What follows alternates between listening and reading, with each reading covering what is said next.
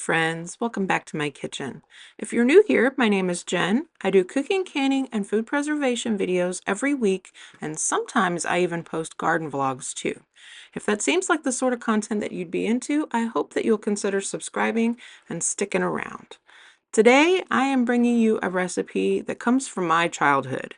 This is something that my father made every year at Christmas time, and he made gigantic batches of this to share it with his friends at work.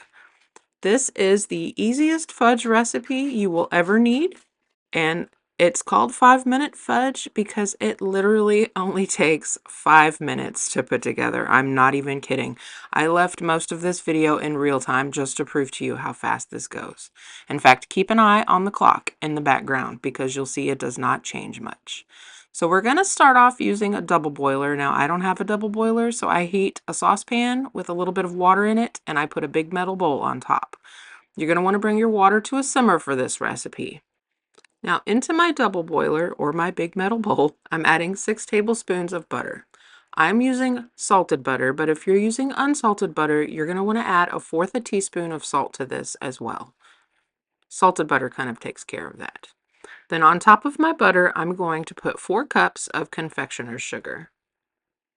Then right on top of my confectioner's sugar, I'm going to put 1/4 cup of whole milk. Now, I've never tried this with a plant-based milk or skim milk or like low-fat milk.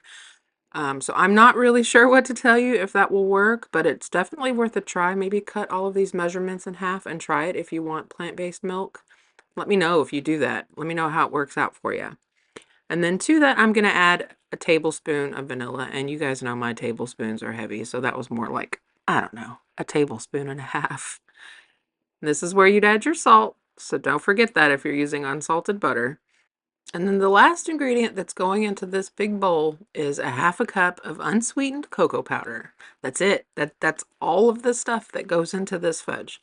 Now there are a couple different variations on this, and I'll tell you about that at the end if you wanted something different than just plain fudge, but stick around and I'll tell you at the end some options that you have.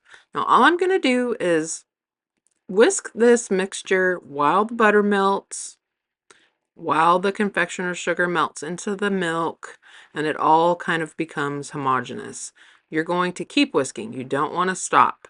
You're going to continue to whisk until everything is melted, comes together, and is smooth with no lumps or bumps in it. And this really isn't going to take a very long time. In fact, I think it took about 2 or 3 minutes. Just keep an eye on that clock in the background and you'll see not very much time passes even when I do fast forward the mixing part, so you don't have to sit through that. Now, when I was a kid, I can remember my dad making like these gargantuan batches of this fudge. He worked on a military base out at Fort Hood in Texas, and all folks did was ask him for the entire month of December when he was making fudge. And he would stand me in front of a double boiler, very much like this one, with a much larger bowl. And he would hand me a wooden spoon and just tell me to get stirring. And as a kid, I kind of hated it. But there was that promise of licking the wooden spoon at the end that just kind of kept me going. And I really looked forward to my dad making this every year, even though I knew I was the one that was going to have to stir the pot. Getting to lick the spoon made it worth it. So back to our fudge here. When your mixture is nice and smooth and everything's melted, you're going to remove it from the heat and you're going to continue to whisk this.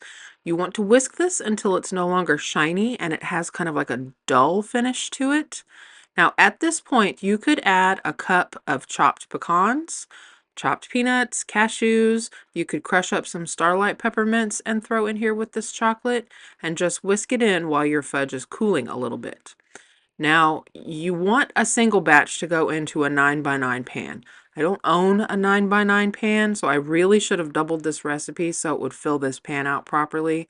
But for the sake of showing you what this looks like, I'm just going to work with what I have and try to keep my fudge down to one end of this pan the best I can.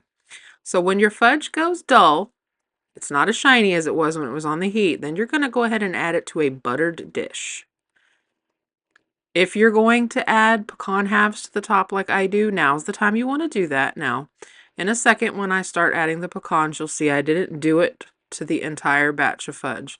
My husband is not a fan of pecans at all. You could not even tempt him with a slice of pecan pie. He says they taste like dirt. So I only do about half of this fudge with pecan halves. And because this fudge is so rich and sweet, a serving size on one of these is like a little 1-inch cube.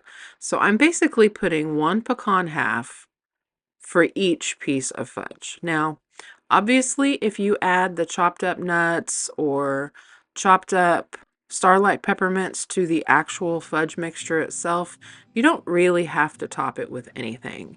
You could add a few more crushed nuts or a few more little pieces of the busted up starlight peppermints for looks, but all of that is totally optional. You're going to want to let this fudge cool completely before you try cutting it, or it'll just be gooey in the middle. I let mine sit on the counter till most of the heat had come off of it, and then I tossed it in the refrigerator for a couple of minutes so it would chill the rest of the way.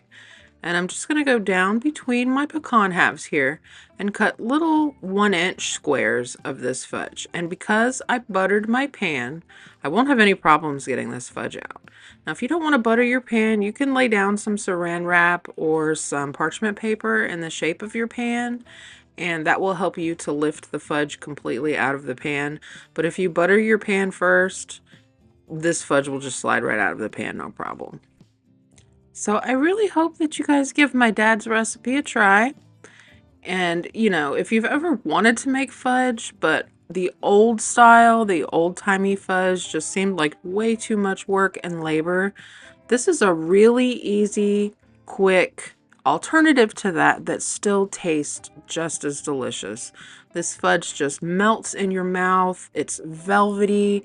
It has a fantastic chocolate flavor. It would also make a fantastic gift for a loved one for the holidays, or even a fun addition to your holiday dessert table. So until next time, friends, happy cooking.